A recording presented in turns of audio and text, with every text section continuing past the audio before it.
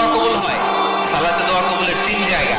একটা হচ্ছে তাকবীরে তাহরিমার পরে আমরা সানা পড়ি না, আমরা তো একটা পড়ি, আল্লাহর হাবিব সুন্নাহ এবং নফল নামাজে আরো পড়তেন সানা, ওই দোয়া কবুল হয়। 2 নম্বর জায়গা সালাতে সেজদায় পড়ে দোয়া করলে কবুল হয়।